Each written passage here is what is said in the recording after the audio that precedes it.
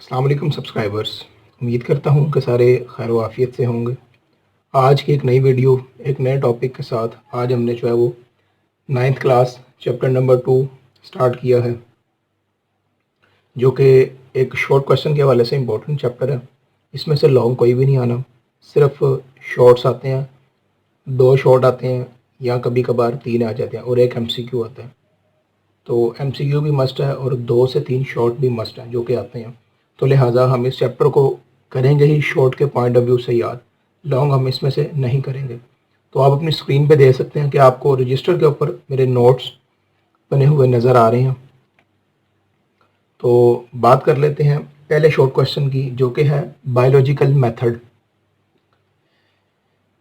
The biological method is defined as the scientific method in which biological problems are solved.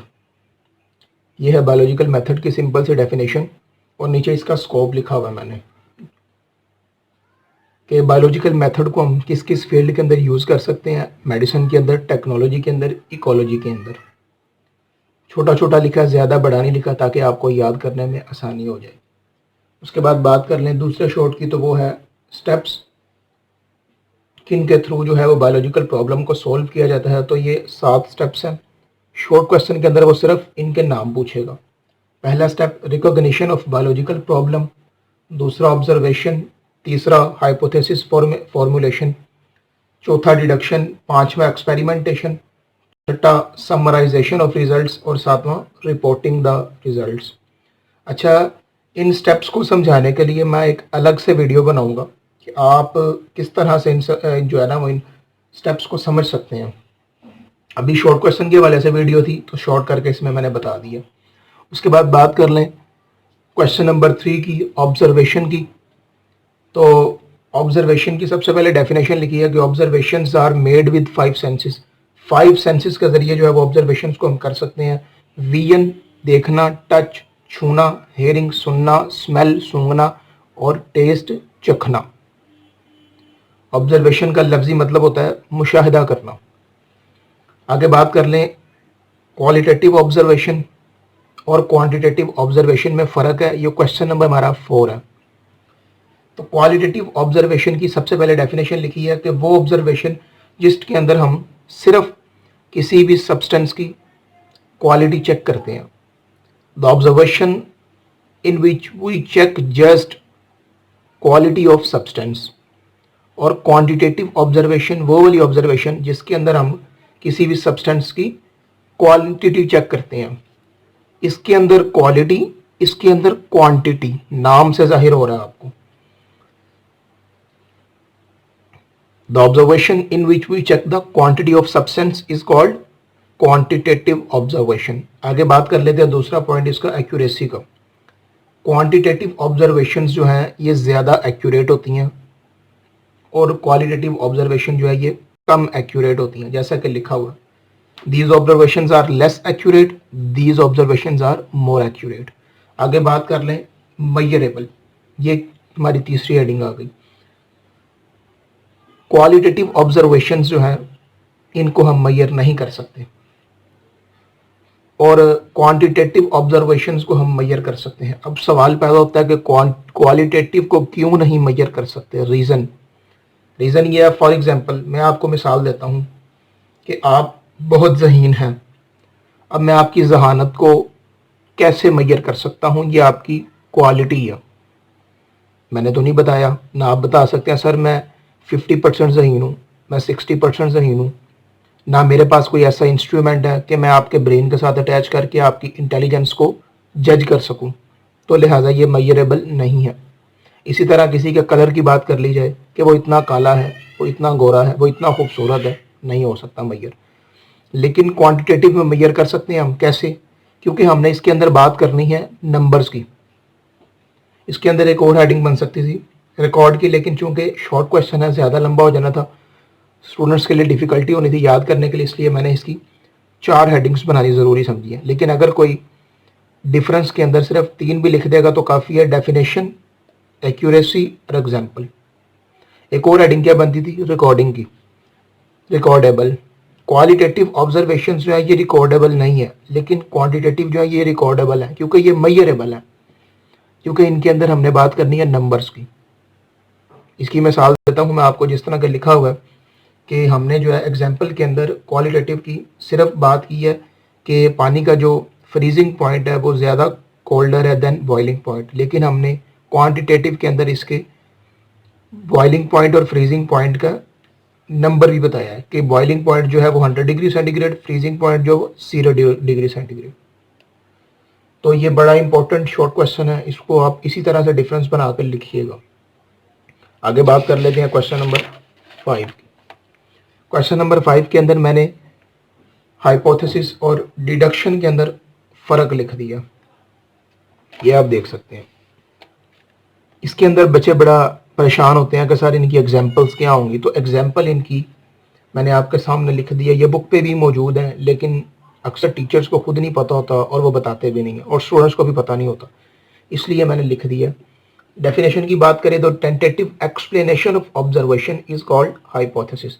याद रखिएगा, पहले observation की जाती है, ऑब्जर्वेशन की फिर जो तहकीक तलब वजाहत होती है। टेंटेटिव का मतलब तहकीक, एक्सप्लेनेशन वजाहत, ऑब्जर्वेशन मुशाहदात की तहकीक तलब वजाहत को हाइपोथेसिस कहते हैं। ये उर्दू वालों के लिए भी मैंने बोल दिया डेफिनेशन, ताकि उनको भी याद करने में आसानी हो जाए। और इसकी एग्जांपल जो है वो क्या है, Plasmodium is the cause of malaria. Plasmodium malaria की वजह है, ये हाइपोथेसिस की एग्जांपल। डिडक्शन की बात कर लें तो डेफिनेशन इसकी है, the logical results of hypothesis is called deduction. आपकी किताब के ऊपर लिखा हुआ है the logical consequences of hypothesis. Results और कॉन्सिक्वेंसेज एक ही बात है। उसके चूंकि वो एक मुश्किल वर्ड है, स्पेलिंग भी मुश्किल है, बच्चे उसमें गलती कर देते हैं, तो हमने गलती वाली साइड पर नहीं जाना, क्योंकि अगर 2 नंबर की डेफिनेशन के अंदर आपने एक स्पेलिंग मिस्टेक कर दी तो आपका आधा नंबर कट जाएगा, तो फ़ायदा क्या हुआ। तो लिहाजा आसान वर्ड्स को लिखा है मैंने। एग्जाम्पल की बात कर लें तो एग्जाम्पल है, if plasmodium is the cause of malaria then every person ill with malaria have plasmodium in their blood. कहता है कि अगर प्लाज्मोडियम ही मलेरिया की वजह है तो हर वो शख्स जो मलेरिया से बीमार हुआ है उसके खून में प्लाज्मोडियम लाजमी तौर पर होना चाहिए। ये है डिडक्शन, और डिडक्शन हमेशा हाइपोथेसिस के नतीजे में बनती है। आगे बात कर लें प्रॉपर्टीज ऑफ हाइपोथेसिस। बुक के ऊपर 5 है, मैंने शॉर्ट क्वेश्चन के वाले से 3 लिखी हैं, 3 इनफ हैं और ये आसान है। पहले की बात कर लें, it should be a general statement, ये एक जनरल स्टेटमेंट होनी चाहिए। दूसरी, it should be a tentative idea, ये एक तहकीक तलब आइडिया होना चाहिए। उसके बाद it should agree with available observations, ये तमाम जितनी भी ऑब्जर्वेशंस हमारे पास मौजूद हैं ये उन सब के साथ जो है वो एग्री करना चाहिए। ऐसा नहीं हो कि ऑब्जर्वेशन कुछ कह रही है हाइपोथेसिस कुछ है, ऐसा नहीं होना चाहिए। आगे बात कर लें एक्सपेरिमेंटेशन की।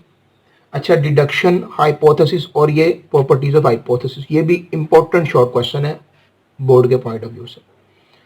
अच्छा, उसके बाद एक्सपेरिमेंटेशन की अगर बात करें तो the deductions are subjected to rigorous testing and after testation biologist learns which hypothesis is correct। अब इसकी ज़रा उर्दू में मैं आपको समझा दूं, एक्सप्लेनेशन दे दूं एक्सपेरिमेंटेशन की डेफिनेशन की, कि वो कहता है कि डिडक्शंस को हम बड़े सख्त किस्म के, रिगरस का मतलब होता है सख्त, हार्ड टेस्ट से गुजारते हैं, और उसके बावजूद भी अगर वो रिजेक्ट ना हो और टेस्ट पे पूरा उतर जाए तो फिर बायोलॉजिस्ट उसमें से जज करता है, उसमें से निकालता है कि कौन सा हाइपोथेसिस करेक्ट है। सिंपल जुबान में ये बात करूँगा कि डिडक्शंस को बायोलॉजिस्ट जो है वो टेस्ट करता है और टेस्ट करने के बाद बताता है कि कौन सा हाइपोथेसिस करेक्ट है। फिर बता दूं, डिडक्शंस को बायोलॉजिस्ट टेस्ट करता है और टेस्ट करने के बाद बताता है कि कौन सा हाइपोथेसिस इन सब में से ज़्यादा सही है, जो टेस्ट के तरीके पे पूरा उतर।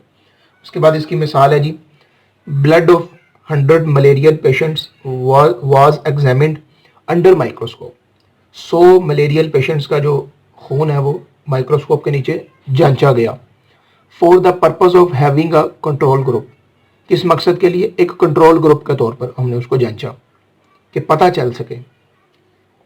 The blood of 100 healthy person was also examined under microscope, और 100 हमने जो है वो सेहतमंद बंदों का खून जो है वो माइक्रोस्कोप के नीचे जांचा। ये हमारा एक्सपेरिमेंट है, यानी 100 मलेरियल पेशेंट्स का जो मलेरिया से बीमार थे उनका, और 100 उनका जो सेहतमंद थे, इन दोनों का हमने तजुर्बा किया।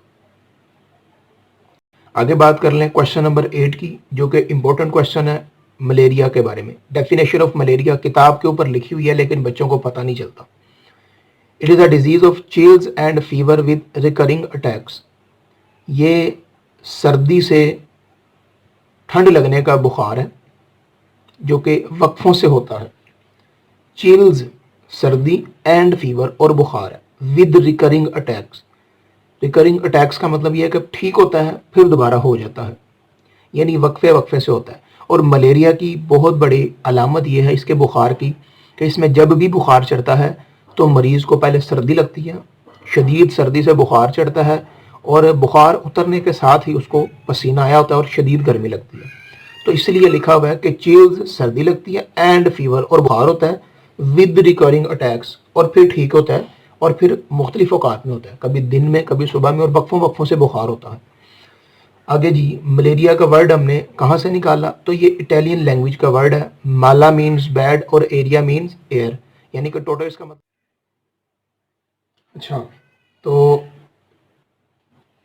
मलेरिया का जो मतलब हुआ वो हुआ माला मीन्स बैड और एरिया मीन्स एयर, तो पूरा मतलब बन गया बैड एयर। मलेरिया का कॉज क्या है जी, कॉज ऑफ मलेरिया, ये आप हेडिंग एक बना सकते हैं। तो मलेरिया का जो कॉज है वो है एक फीमेल मॉस्किटो मच्छर जिसका नाम है एनोफ्लीज। इसके काटने से प्लाज्मोडियम जो है वो मलेरिया के ब्लड के अंदर, इंसान के ब्लड के अंदर एंटर हो जाता है, जो कि मलेरिया का सबब बनता है। अभी याद रखिएगा कि ये फीमेल है और मॉस्किटो है और इसका नाम है एनोफ्लीज। अच्छा, और अगर आप किताब को गौर से पढ़ें, ये एमसीक्यूज के पॉइंट ऑफ व्यू से मैं आपको एक और पॉइंट बताने लगा हूँ यहीं पे ही। जिस मच्छर से परिंदों के अंदर बीमारी फैली थी उसका नाम है क्यूलेक्स। और एक और आपको अहम बात बता दूं, ये भी बॉक्स के अंदर लिखा हुआ आपकी बुक के ऊपर ही, कि जो डेंगू फीवर फैलाता है मच्छर उसका नाम है एडीज़, और वो भी फीमेल मॉस्किटो ही है। ये है मलेरिया फैलाने वाला, मैं फिर से रिपीट कर रहा हूँ, मलेरिया फैलाने वाला एनोफ्लीज है इंसानों के अंदर। परिंदों के अंदर बीमारी फैलाने वाला मच्छर क्यूलेक्स है, और डेंगू फीवर इंसानों के अंदर फैलाने वाला मच्छर जो है उसका नाम है एडीज़। तो ये हमारा शॉर्ट क्वेश्चन हो गया मलेरिया के हवाले से। आगे बात कर लेते हैं इंक्यूबेशन पीरियड की। ये बड़ा इंपॉर्टेंट शॉर्ट क्वेश्चन है और इसकी एग्जांपल बुक के ऊपर नहीं लिखी हुई, तो मैंने इसकी एग्जांपल भी लिखी है। और इसकी डेफिनेशन जो है वो क्या है, the period between the entry of parasite in host and the appearance of symptoms. वो वाला पीरियड जिसके अंदर जो है वो एक पैरासाइट इंसान के अंदर यानी होस्ट के अंदर एंटर होता है, और जब तक वो सिम्टम्स नहीं शो करता, ये सारे का सारा जो पीरियड है ये आपका कहलाता है इंक्यूबेशन पीरियड। यानी वो एंटर हो गया बॉडी के अंदर, अब जितने अरसे तक बीमारी की अलामात जाहिर नहीं होंगी, वो सारे का सारा जो पीरियड होगा, वो 1 दिन का हो, 2 दिन का हो, हफ्ते का हो, 10 दिन का हो, वो सारे का सारा क्या कहलाएगा, इंक्यूबेशन पीरियड। आगे बात कर लेते हैं इसकी एग्जाम्पल की। एग्जाम्पल आपको यहाँ पे नज़र आ रही होगी कि the incubation period of malaria is 14 days. तकरीबन 14 दिन जो है वो इंक्यूबेशन पीरियड है मलेरिया का। 14 दिन के बाद जो है मलेरिया की अलामात ज़ाहिर होती हैं। 14 दिन तक जो प्लाज्मोडियम है ये इंसान के खून के अंदर जाने के बाद ये लिवर में जाता है। लिवर में जाने के बाद ख़ुद को डिवाइड करता रहता है, अपनी तादाद बढ़ाता रहता है, और फिर ये क्या करता है, जिसकी वजह से हमें बार बार बुखार चढ़ता है सर्दी के साथ, और ये जो है वो रेड ब्लड सेल्स को डिस्ट्रॉय करता है। आगे बात कर लें प्लाज्मोडियम की। ये वही जो है वो पैरासाइट है जो कि मलेरिया का सबब बनता है। तो इसके बारे में भी आपकी किताब में डिटेल में नहीं लिखा हुआ, सिर्फ ये लिखा हुआ है Plasmodium is the cause of malaria, बस, इससे ज़्यादा कुछ नहीं है। जबकि ये क्वेश्चन 12 दफ़ा बोर्ड के अंदर लॉन्ग शॉर्ट के अंदर आ चुका है कि प्लाज्मोडियम क्या है। तो आपने इसके बारे में मैंने लिख दिया कि Plasmodium is a unicellular slime mould fungi. ये एफएससी पार्ट 1 की किताब के अंदर लिखा हुआ है, वहाँ से मैंने लिया है। कोई इसमें बड़ी बात नहीं है। आपने अगर डिफ़ाइन करना है तो आप out of the way book से जाके भी डिफ़ाइन कर सकते हैं इसको, क्योंकि आपका मकसद है 2 नंबर पूरे के पूरे लेना। तो प्लाज्मोडियम जो है ये एक स्लाइम मोल्ड फंजाई है जो कि यूनिसेलुलर है। अब आगे मैंने बता दिया कि ये करता क्या है। तो ये इंसानों के अंदर मलेरिया कॉज करता है, और इंसान के अंदर इसकी एंट्री कैसे होती है, फीमेल मॉस्किटो एनोफ्लीज के काटने से।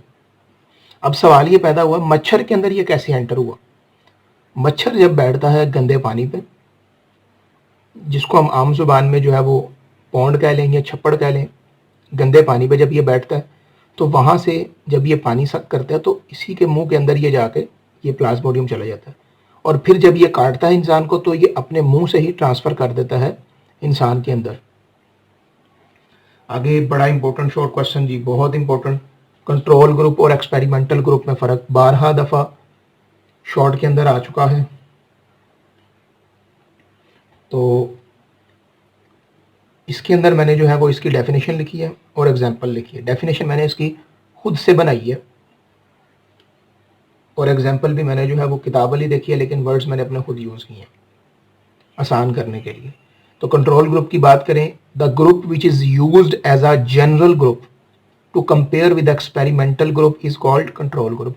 वो वाला ग्रुप जिसको हम जनरल ग्रुप के तौर पर यूज़ करते हैं, यानी एज अ जनरल यूज़ करते हैं एक्सपेरिमेंटल ग्रुप के साथ कंपेयर करने के लिए, वो है कंट्रोल ग्रुप।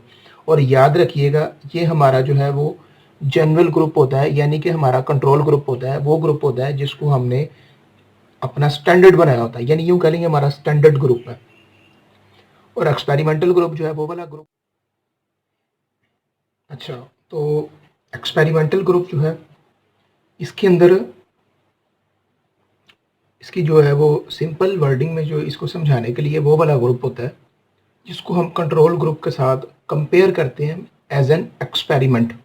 यानी कंट्रोल ग्रुप एक हमारे पास जो एज अ स्टैंडर्ड ग्रुप होता है, उसके साथ हम एक्सपेरिमेंटल ग्रुप को कंपेयर करने के लिए एक्सपेरिमेंट करते हैं इस ग्रुप के अंदर, ताकि हमें पता चल सके जो हमारा स्टैंडर्ड ग्रुप है, कंट्रोल ग्रुप है, उसके मुताबिक एक्सपेरिमेंटल ग्रुप कैसा है, किस हद तक ठीक है। तो डेफिनेशन दोनों की आपके सामने मौजूद है और आसान भी है। और एग्जांपल जो है, अब एग्जांपल के तौर पर आपको मैं समझा दूं तो कार्बन डाइऑक्साइड जो है वो फोटोसिंथेसिस के लिए ज़रूरी है या नहीं। पहले बात तो ये है। अब हमने कंट्रोल ग्रुप के अंदर क्या रखना है कि एक पौधा लेना है, उसको हमने खुली हवा के अंदर रख देना। अब जाहिर बात है खुली हवा के अंदर तो कार्बन डाइऑक्साइड जो है वो ज़्यादा तादाद के अंदर मौजूद है, एक्सेस अमाउंट के अंदर, और वहाँ पे फोटोसिंथेसिस भी आराम से हो जाएगी। अब हमने यही चीज़ चेक करने के लिए कि कार्बन डाइऑक्साइड फोटोसिंथेसिस के लिए ज़रूरी है कि नहीं, अब हमने एक पौधा लेना है और उसको हमने एक बंद कमरे के अंदर, जहाँ पे ना हवा हो ना रोशनी हो, वहाँ पे रख देना है चेक करने के लिए। अगर वो पौधा सरवाइव कर गया तो डेफिनेटली कार्बन डाइऑक्साइड जो है वो फोटोसिंथेसिस के लिए ज़रूरी नहीं है, और अगर वो मर गया तो हमें पता चल जाएगा कि कार्बन डाइऑक्साइड जो है वो फोटोसिंथेसिस के लिए ज़रूरी है। अब सवाल ये पैदा हुआ कि कार्बन डाइऑक्साइड का ही नाम क्यों लिया गया, किसी और गैस का क्यों नहीं। तो इसका नाम इसलिए लिया गया क्योंकि कार्बन डाइऑक्साइड जो है वो पौधे बाहर से लेते हैं और फोटोसिंथेसिस के अमल के ज़रिए भी ये बनती है, और ये पौधे की खुराक है। जिस तरह इंसान जो है वो कार्बन डाइऑक्साइड को बॉडी से बाहर निकालता है और ऑक्सीजन को इनटेक करता है, यानी इंसान के ज़िंदा रहने के लिए ऑक्सीजन ज़रूरी है और पौधे के ज़िंदा रहने के लिए कार्बन डाइऑक्साइड ज़रूरी है।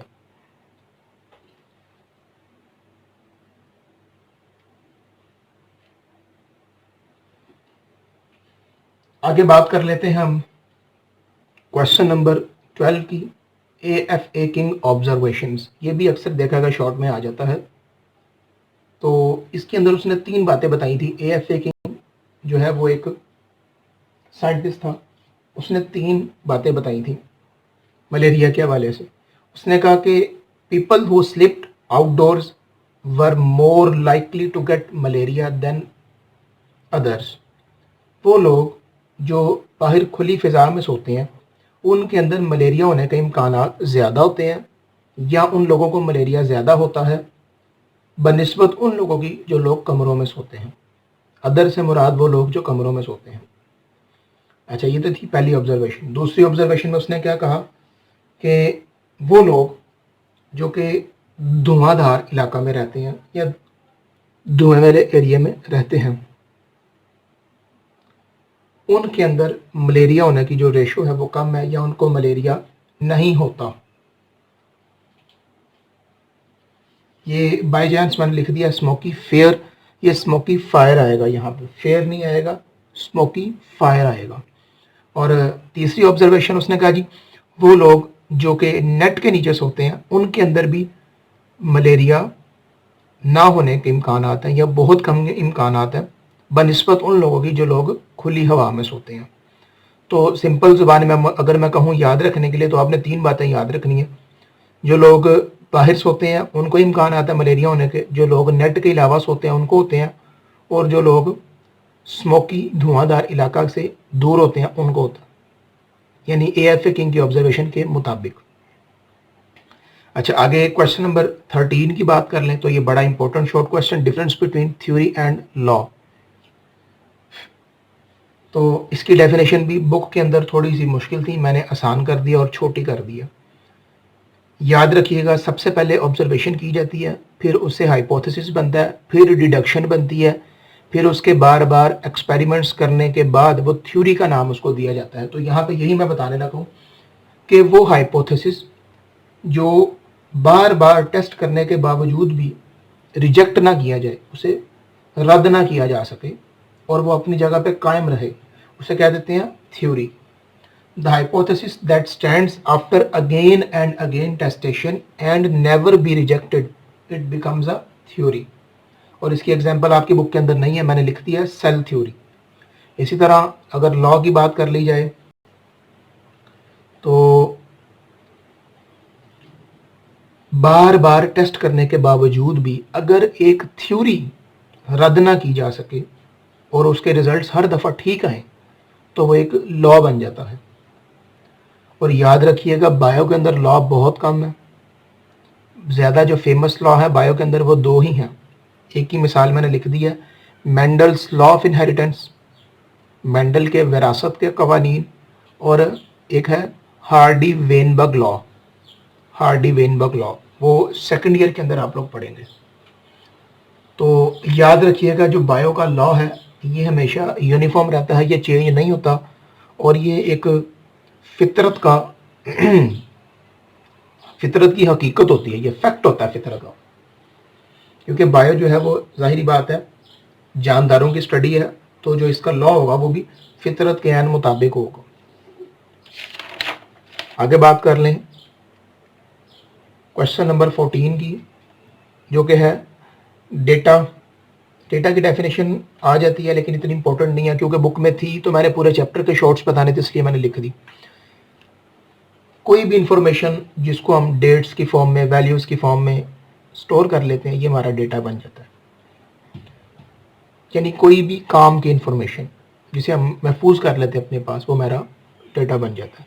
मैंने मिसाल दे दी है कि आजकल कोरोना वायरस जो है वो बहुत ज़्यादा आम है, तो इसके अगर हमने टोटल पेशेंट्स की तादाद अपने पास रखें, टोटल इसका डेथ रेट अपने पास रखें कि कितने मरीज अब तक जो है वफात पा चुके हैं, कितने मरीज़ क्रिटिकल कंडीशन के अंदर, सीरियस कंडीशन के अंदर हैं, कितने मरीज़ सेहतयाब हो चुके हैं, और आगे नए आने वाले मरीज़ों की रेशो क्या है। तो ये जो सारे के सारे जो कैलकुलेशन है ये हमारा डेटा बन जाएगा। इसी तरह डेटा ऑर्गेनाइजेशन, एक डेटा तो हमारे पास इकट्ठा हो गया। डेटा बेसिकली कहते हैं एक इंफॉर्मेशन को, एक काम की इंफॉर्मेशन को, हेल्पफुल इंफॉर्मेशन को। अब अगर डेटा ऑर्गेनाइजेशन की हम बात करें तो ऑर्गेनाइजेशन का मतलब होता है तरतीब देना। तो डेटे को तरतीब कैसे दिया जाता है, तो इसकी डेफिनेशन जो है वो है to maintain all the records in a correct sequence. तमाम रिकॉर्ड को एक अच्छे सीक्वेंस के अंदर रखने का नाम है डेटा ऑर्गेनाइजेशन, ताकि बवक्त ज़रूरत अगर हमें ज़रूरत पड़े डेटा को निकालने की तो हम बासानी उसको ढूंढ सकें, निकाल सकें। ऐसा ना हो कि हमें पता ही ना चले कि हमने लिखा क्या है। तो इसकी मिसाल मैंने दे दी है कि डेटा जो है ये हमेशा ऑर्गेनाइज किया जाता है या तो ग्राफ्स की सूरत में, या टेबल्स की सूरत में, या मैप की सूरत में, या चार्ट्स की सूरत में, या डायग्राम्स की सूरत में। जिस तरह आपको ऊपर कोरोना वायरस का मैंने बताया, तो अक्सर न्यूज़ में भी बताया जाता है, दिखाई जाती है तस्वीर, यहाँ ग्राफ बना होता है कि अब जो है वो यूं करके ग्राफ बना होता है कि यहाँ पे कोरोना के पेशेंट्स की तादाद ज़्यादा 22 से कम हो रही है, फिर ज़्यादा हो रही है, यानी वो दिनों के लिहाज से होता है कि इस दिन ज़्यादा थी, इस दिन कम थी। इसी तरह अगर हम चार्ट बनाएं तो हमारे पास हम 4 या 5 लाइनें ड्रॉ कर लेंगे। एक के अंदर लिख देंगे डेथ रेट, एक के अंदर लिख देंगे सीरियस कंडीशंस पेशेंट, एक के अंदर लिख देंगे जो हेल्थफुल पेशेंट्स हैं जो ठीक हो गए, एक के अंदर लिख देंगे हम आने वाले तादाद जो कितने हैं। तो ये हमारा एक बन जाएगा टेबल। इस तरह हम इसको स्टोर कर सकते हैं। अगर बात कर लें क्वेश्चन नंबर 16 की, तो ये भी डिफरेंस है, रेशो और प्रोपोर्शन का डिफरेंस है। ये दोनों जो है ये मैथमेटिकल टर्म्स हैं और मैथ की फॉर्म है, और जाहिर बात है बायो के अंदर भी मैथ एक ऐसा सब्जेक्ट है, उसकी जो टर्म्स हैं वो हर जगह पे यूज़ होती हैं। तो इसके रेशो की अगर डेफिनेशन की बात करें, a relation between two number is expressed in terms of quotient, यानी कि हम इसको डिवाइड की फॉर्म में अगर जाहिर करेंगे दो नंबर्स को, तो ये हमारी कहलाएगी रेशो। जिस तरह का ये मैंने रिप्रेजेंटेशन के अंदर बताया कि यहाँ तो इसको हम डिवीजन के साइन से जाहिर करते हैं, या हम इसको कॉलन के साइन से जाहिर करते हैं। इस तरह प्रोपोर्शन की बात की जाए तो प्रोपोर्शन को हम इक्वालिटी के साइन से जाहिर करते हैं, जैसा कि मैंने शो किया होगा। लेकिन फ़र्क क्या आ गया, अब इसके अंदर फ़र्क ये आया कि ये दो नंबर्स के दरमियान जो है वो रेशो होती है। मिसाल के तौर पर, अब आप कहेंगे सर रेशो भी तो दो नंबर्स के दरमियान होती है। ये बेसिकली ये यूं है कि अगर मिसाल के तौर पर आज कोरोना के दो पेशेंट आए, मिसाल दे रहा हूँ मैं आपको, और ये दो पेशेंट जो है वो कोरोना के जो गुजर गया कल तब आए थे, दो आज आए, दो कल आए। अब हमने क्या करना है, इन दोनों के दरमियान अगर हम इक्वालिटी का साइन डाल देंगे तो ये हमारा हो जाएगा प्रोपोर्शन। इसकी मिसाल मजीद यहाँ पे एक्सप्लेन करता हूँ आपको मैं। अब देखिए रेशो जो है वो सिंपली 50 और 150 के दरमियान ले लिया हमने, तो जो कि 1/3 आ जाएगा। लेकिन जो प्रोपोर्शन है इसके अंदर क्या बताया कि a biologist can calculate how many birds will get malaria when he allows infected mosquito to bite. कितने मलेरिया जो परिंदे थे उनको मलेरिया हो गया जब बायोलॉजिस्ट ने उनको मुतासरा मच्छर से कटवाया। तो अब आगे कहते हैं ये थे, अब आगे वो कहता है कि हमने पिछले एक्सपेरिमेंट के अंदर देखा, and in previous experiment he noted that 20 sparrows only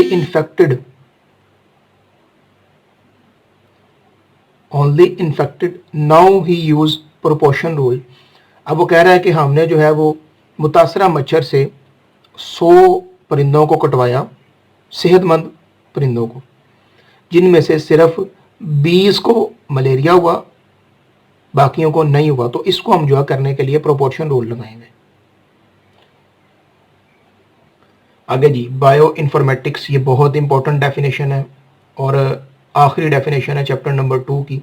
इसके बाद चैप्टर नंबर 2 एंड हो गया।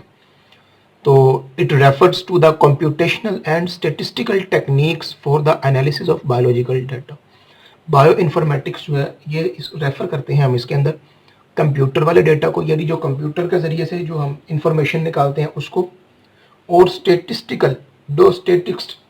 के ज़रिए हम, टेक्निक के ज़रिए हम जो है वो एक इंफॉर्मेशन जो एनालिसिस करते हैं उसका नाम है बायो इन्फॉर्मेटिक्स। दो चीज़ें इसके अंदर याद रखनी है आपने, दो चीज़ों को हम जो है वो यूज़ कर रहे हैं, एक तो कंप्यूटर को, दूसरा स्टेटिस्टिकल टेक्निक्स को, डेटा को एनालिसिस करने के लिए। और इसकी एप्लीकेशन ये कहाँ कहाँ पे यूज़ हो रहा है जी। बायो इन्फॉर्मेटिक्स जो है ये बाकायदा एक पूरी जो है ना, ये एक ब्रांच है बायो की, और इसके अंदर काम किया जाता है। जिस तरह बाकी एनाटॉमी फिजियोलॉजी ब्रांच है ना, इस तरह ये भी एक ब्रांच है। तो ये यूज़ होती है जीन का स्ट्रक्चर मालूम करने के लिए, हम इसको इस्तेमाल करते हैं। प्रोटीन का स्ट्रक्चर मालूम करने के लिए, प्रोटीन इंटरेक्शन को जज करने के लिए, किसी भी जीन को फाइंड करने के लिए, यानी इस तरह की चीज़ों के अंदर हम इसको इस्तेमाल करते हैं। जो बड़ा कम्प्लेक्स चीज़ है, जो आसानी से समझ नहीं आ सकती, आसानी से कैलकुलेट नहीं हो सकती, तो हम उसको फिर जो है वो कंप्यूटर के ज़रिए और स्पेसिफिक मशीन्स के ज़रिए हम उसको कंट्रोल करते हैं। तो उम्मीद करता हूँ कि ये सारे के सारे शॉर्ट क्वेश्चंस जो आप वीडियो में आपको नज़र आ रहे होंगे, आपको लिखने में भी आसानी हो जाएगी, आपको इन सब की समझ भी आ गई होगी, क्योंकि मैंने बड़ा डीपली एक्सप्लेन कर दिया है और सारे का सारा मैंने आपको लिख दिया। और आप इसी तरह अगर आपको टेस्ट में आए या लॉन्ग के अंदर आए तो आपने इसी तरह लिखना इंशाल्लाह। अल्लाह ने चाहा तो आपको 2 नंबर पूरे इसके मिलेंगे, क्योंकि मैंने हर शॉर्ट के साथ या तो उसका स्कोप लिखा है, या एप्लीकेशन लिखी है, या एग्जाम्पल लिखी है। और ये टोटल जो शॉर्ट्स हैं इसके अंदर तकरीबन मद्दे हैं वो 17 के 17 मैंने लिख दी हैं। इसके अलावा कोई शॉर्ट याद करने की आपको ज़रूरत नहीं है, ना ही पूरा चैप्टर याद करने की ज़रूरत है, ना ही इसके लॉन्ग याद करने की ज़रूरत है, क्योंकि इसमें से लॉन्ग आते नहीं हैं। और पूरा चैप्टर याद करने की ज़रूरत नहीं है, उसमें टाइम ज़ाया करेंगे आप। तो बच्चे जो हैं वो बाज़ टीचर्स अकेडमीज स्कूल्स के अंदर पूरा पूरा चैप्टर याद करवा रहे हैं। मेरे स्टूडेंट्स ने मुझे कहा सर हम बड़ा परेशान हैं, चैप्टर बड़ा कम्प्लेक्स है, अजीब सा है, पूरा पूरा हमें दे रहे हैं, तो हम याद कैसे करें इसको। तो मैंने इसलिए ये वीडियो बनाई है ताकि आप आसानी से इसको डेफिनेशन इसकी याद करें और नंबर जो है वो हासिल करें। पूरा पूरा याद करने की ज़रूरत नहीं है आपको। उम्मीद करता हूँ वीडियो आपको पसंद आएगी, तो लाजमी तौर पे वीडियो को लाइक करें, आगे भी उन दोस्तों तक भी शेयर करें जो पढ़ नहीं पा रहे हैं, घरों में मौजूद हैं, और ताकि वो भी इससे फ़ायदा हासिल करें, क्योंकि ये वीडियो जो है वो सबके लिए बनाई गई है और सबके लिए और आपके लिए भी सदका जारिया बनेगी। और ये बहुत बड़ा एक सोर्स है आपकी लर्निंग का कि आप घर में बैठे हुए लॉकडाउन के दौरान, ना आपके स्कूल्स ओपन है, ना अकेडमीज़ ओपन है, और ये अभी ओपन भी नहीं होनी। जून जुलाई तक अभी इनके बारे में कोई फ़ैसला नहीं है, क्योंकि मलेरिया जो कोरोना वायरस के जो पेशेंट्स हैं वो दिन ब दिन बढ़ रहे हैं, कम नहीं हो रहे। और अभी तक आप सब जानते हैं कि इसकी वैक्सीन भी तैयार नहीं है। तो लिहाजा घर बैठ के मेरी वीडियोस को लाजमी तौर पर देखें, आपको इंशाल्लाह फ़ायदा होगा। और कमेंट बॉक्स में लाजमी बताइएगा अगर आपको किसी चीज़ की समझ ना आए या आपको लगे कि मैंने मिस्टेक की है। और अगर आपको समझ आए, वीडियो अच्छी लगे, तब भी बताइएगा, आपके बताने से ही हमें पता चलेगा और इसी से ही जो है हमारा हौसला बढ़ेगा। और आप जानते हैं कि अप्रिशिएट करने से ही हौसला बढ़ता है और शुक्रिया अदा करना चाहिए।